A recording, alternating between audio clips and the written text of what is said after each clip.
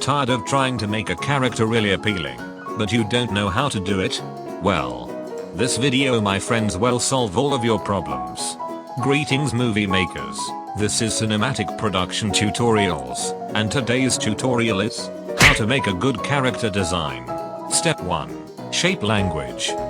These three shapes are triangle, square and circle. Let's start off with triangle first. The personality of a character with triangles are speed, dangerous, intensity and aggressive.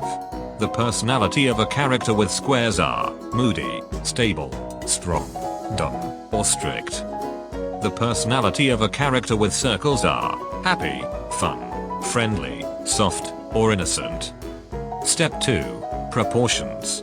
Morphing your character's body, for example, shrink down the body, have the arms and legs a little thicker, then the head can be a big size. Step 3. Keep the details simple. For this example, do not use way too many details, otherwise it will be very hard to animate the character. Step 4. Palettes. Choose a main color hierarchy, then use the other colors for support. This is here an example you should not do. Don't use way too many colors, be selective.